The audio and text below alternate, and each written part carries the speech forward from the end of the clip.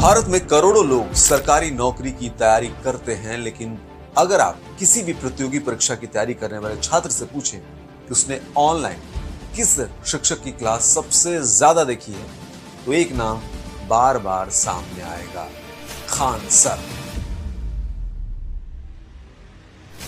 एक ऐसा शिक्षक जिसकी क्लासरूम से लेकर यूट्यूब तक तूती बोलती है, एक ऐसा शिक्षक जिसके वीडियो करोड़ों बार देखे जा चुके हैं, एक ऐसा शिक्षक जिसकी क्लास में बैठने का सपना लाखों छात्र देखते हैं, एक ऐसा शिक्षक जिसके समर्थक भी करोड़ों हैं और आलोचक भी कम नहीं, एक ऐसा शिक्षक जो जितना अपनी पढ़ाई के लिए मशहूर है उतना ही विवादों के लिए भी।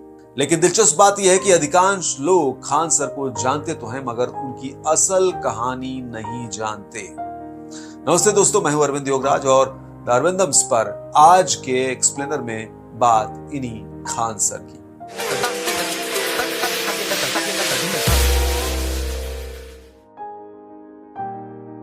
आखिर कौन है खान सर?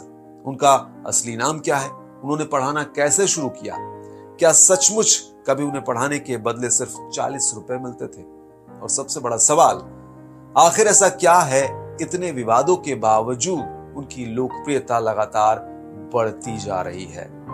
यह कहानी सिर्फ एक शिक्षक की नहीं है, ये उस भारत की कहानी है जहां शिक्षा धीरे धीरे बड़े शहरों और महंगी कोचिंगों की दीवारों से निकलकर मोबाइल स्क्रीन तक पहुंच गई। और उस बदलाव के सबसे बड़े चेहरों में से एक खान सर। आज लाखों छात्र उन्हें एक सफल शिक्षक के रूप में जानते हैं, लेकिन उनकी शुरुआत बिल्कुल साधारण थी।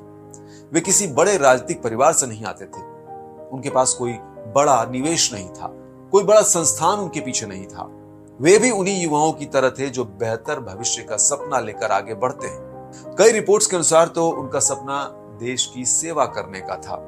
उन्होंने रक्षा सेवाओं में जाने की कोशिश भी की, लेकिन जीवन हमेशा हमारी योजनाओं के मुताबिक नहीं चलता। कई बार जिन दरवाजों को हम अपने लिए सबसे खास समझते हैं, वही हमारे लिए बंद हो जाते हैं और बाद में पता चलता है कि शायद हमारे लिए कोई दूसरा रास्ता तय था। खान सर के साथ भी कुछ ऐसा ही हुआ।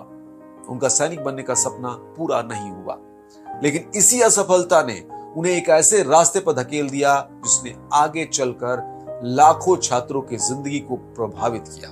फैसल खान, जिन्हें आज पूरा देश खान सर के नाम से जानता है, प्रतियोगी परीक्षाओं की तैयारी कराने वाले भारत के सबसे प्रभावशाली शिक्षकों में गिने जाते हैं। पटना स्थित उनका संस्थान खान जीएस रिसर्च सेंटर आज UPSC, BPSC, SSC, railway, NEET और अन्य प्रतियोगी परीक्षाओं की तैयारी करने वाले लाखों छात्रों के लिए एक महत्वपूर्ण केंद्र बन चुका है। उत्तर प्रदेश के देवरिया जिले में जन्मे खान सर का बचपन किसी विशेष सुविधा या संपन्नता के बीच नहीं बीता। उनका परिवार साधारण आर्थिक पृष्ठभूमि से जुड़ा था। पिता ठेकेदारी का काम करते थे, जबकि उनकी मां गृहिणी थी।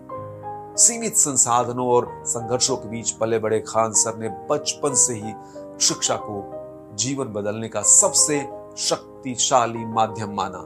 कई भारतीय युवाओं की तरह उनके मन में भी देश सेवा का सपना था। सेना में शामिल होकर राष्ट्र की सेवा वे करना चाहते थे और इसी लक्ष्य को ध्यान में रखकर उन्होंने तैयारी भी की। लेकिन जीवन की दिशा हमेशा हमारी योजनाओं के अनुसार नहीं चलती। सेना में जाने का सपना पूरा नहीं हो पाया, लेकिन शायद किस्मत ने उनके लिए एक अलग भूमिका तय कर रखी थी। इसके बाद उन्होंने शिक्षण के क्षेत्र में कदम रखा। शुरुआत बेहद छोटी थी। कुछ छात्रों को पढ़ाने से शुरू हुआ यह सफर धीरे धीरे बड़े शैक्षणिक आंदोलन में बदलने लगा।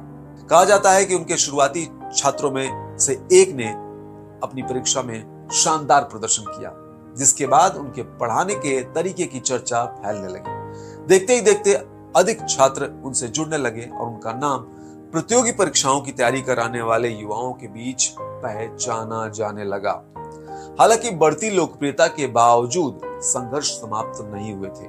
छात्रों की संख्या बढ़ रही थी, लेकिन आर्थिक चुनौतियां अभी भी उनके साथ थी। यही वो दौर था जिसने उन्हें न केवल एक बेहतर शिक्षक बनाया, बल्कि कठिन परिस्थितियों में भी डटे रहने की क्षमता दी। शुरुआती दिनों में उन्होंने अलग अलग जगह पढ़ाना शुरू किया। यहीं से उनकी संघर्ष भरी यात्रा शुरू होती है। आज करोड़ों की संस्था और करोड़ों दर्शकों वाली पहचान को देखकर यह समझना मुश्किल है कि एक समय ऐसा भी था जब उन्हें कई घंटों तक पढ़ाने के बदले मात्र 40 रुपए मिलते थे। सोचिए, कई घंटे की तैयारी, कई घंटे की क्लास और बदले में सिर्फ 40 रुपए। कहा जाता है कि कई बार बस का किराया निकालना भी मुश्किल हो जाता था। कुछ मौकों पर उन्हें पैदल ही घर लौटना पड़ता था। यही वो दौर होता है जहां अधिकतर लोग हार मान लेते हैं, क्योंकि संघर्ष तब तक रोमांचक लगता है जब तक वो कहानी बनकर सामने ना आए। जब आप उसके बीच में होते हैं तब संघर्ष केवल संघर्ष होता है। लेकिन शायद खान सर की सबसे बड़ी ताकत यही थी कि उन्होंने परिस्थितियों को अपनी सीमा नहीं बनने दिया। समय बीतता गया, अनुभव बढ़ता गया और धीरे धीरे उन्हें एहसास होने लगा कि वे केवल पढ़ा नहीं सकते बल्कि अपना संस्थान भी खड़ा कर सकते हैं। यहीं से कहानी का सबसे अहम मोड़ शुरू होता है। बताया जाता है कि एक दिन गंगा किनारे बैठे खान सर ने फैसला किया कि वो अपना खुद का कोचिंग सेंटर शुरू करेंगे। दोस्तों के सहयोग से उन्होंने एक छोटा सा क्लासरूम खोला। कोई भव्य भवन नहीं, कोई शानदार व्यवस्था नहीं, लेकिन ये सब आसान नहीं था। एक इंटरव्यू में उन्होंने बताया है कि एक रात उनके कोचिंग सेंटर पर बम से हमला भी हुआ, लेकिन उन्होंने हार नहीं मानी और अगले दिन वापस आकर देखा कि छात्र उनके कोचिंग सेंटर में सफाई में मदद कर रहे थे। खान सर ने सीमित संसाधनों के साथ अपने कोचिंग सेंटर के सफर को आगे बढ़ाया। बस एक विश्वास कि अगर पढ़ाने का तरीका छात्रों से जुड़ गया तो बाकी चीजें बाद में भी बनाई जा सकती है। क्योंकि खान सर ने शिक्षा को केवल जानकारी देने का माध्यम नहीं बनाया, उन्होंने उसे संवाद बना दिया। भारत की शिक्षा व्यवस्था की सबसे बड़ी समस्याओं में से एक हमेशा भाषा रही है। कई शिक्षक विषय जानते हैं लेकिन छात्र की भाषा नहीं जानते। कई संस्थान ज्ञान देते हैं लेकिन जुड़ाव नहीं बना पाते। खान सर ने इसी जगह पर अपनी पहचान बनाई। उन्होंने कठिन विषयों को आसान बनाया, लेकिन इससे भी महत्वपूर्ण बात यह थी कि उन्होंने उन्हें छात्रों की भाषा में समझाया।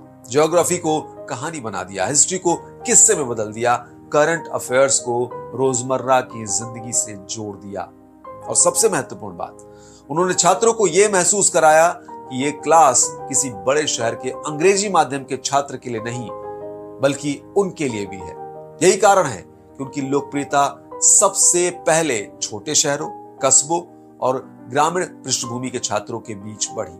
बहुत सारे शिक्षक किताब की भाषा में पढ़ाते हैं, लेकिन खान सर मोहल्ले वाली भाषा में समझाते हैं। ऐसी भाषा जो गांव का छात्र भी समझ जाए और शहर का छात्र भी। एक बहुत ही दिलचस्प बात है, भारत में पढ़ाई को अक्सर बहुत गंभीर बना दिया जाता है। ऐसा लगता है कि अगर पढ़ रहे हो तो हंसना मना है, लेकिन खान सर ने ये चीज बदल दी। उन्होंने पढ़ाई में मजाक जोड़ा, कहानियां जोड़ी, रोजमर्रा की जिंदगी के उदाहरण जोड़े और अचानक वही कठिन टॉपिक आसान लगने लगा। अब सोचिए, एक छात्र जो पूरे दिन पढ़ाई कर रहा है, परीक्षा का दबाव झेल रहा है, घर वालों की उम्मीदें झेल रहा है, अगर उसे कोई शिक्षक हंसाते हुए पढ़ाए तो वो उसे याद रहेगा या नहीं?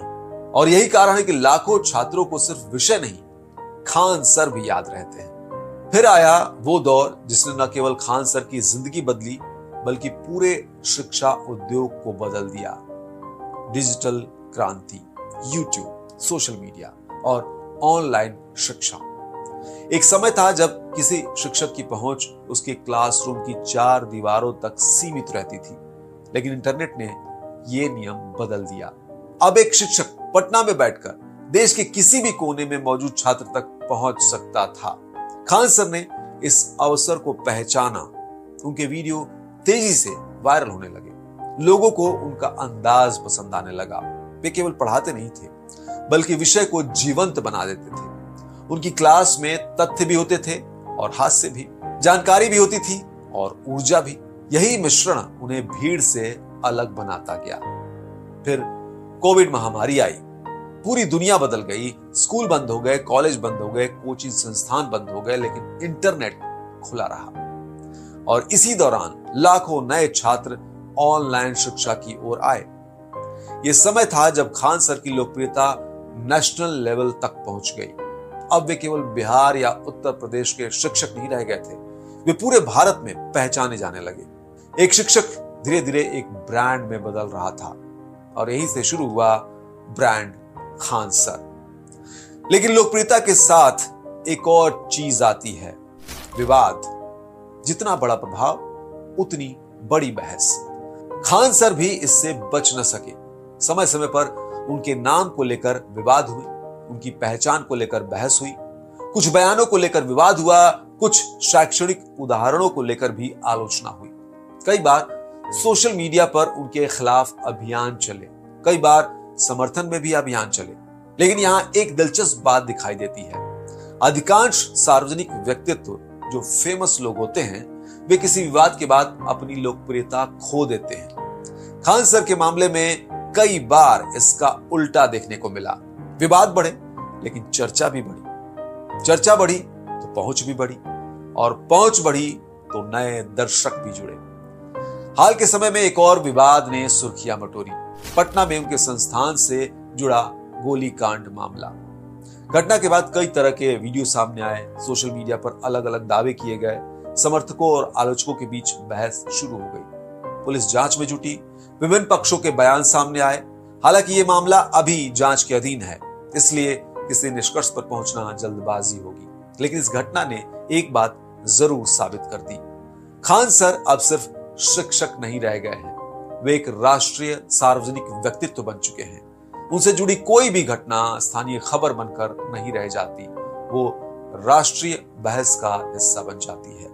लेकिन अगर हम सभी विवादों को कुछ देर के लिए अलग रख दें तो एक मूल प्रश्न बचता है, आखिर लाखों छात्र खान सर पर भरोसा क्यों करते हैं? इसका उत्तर शायद उनके कंटेंट में नहीं बल्कि उनकी समझ में छिपी है। वे जानते हैं कि भारत का एक बड़ा वर्ग है जो प्रभावशाली तो है लेकिन संसाधनों से वंचित है। ऐसे छात्र जो मेहनत कर सकते हैं लेकिन महंगी कोचिंग नहीं खरीद सकते। ऐसे छात्र जिन्हें ज्ञान चाहिए लेकिन वो उनकी भाषा में चाहिए।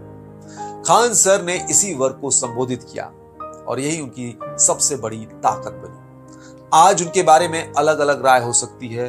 कोई उन्हें बेहतरीन शिक्षक कह सकता है, कोई उन्हें शानदार उद्यमी कह सकता है, कोई उन्हें सोशल मीडिया फिनोमिना कह सकता है, कोई उनकी आलोचना भी कर सकता है। लेकिन एक बात शायद ही कोई इनकार कर पाए, उन्होंने भारत में शिक्षा को लेकर चल रही बातचीत को बदल दिया।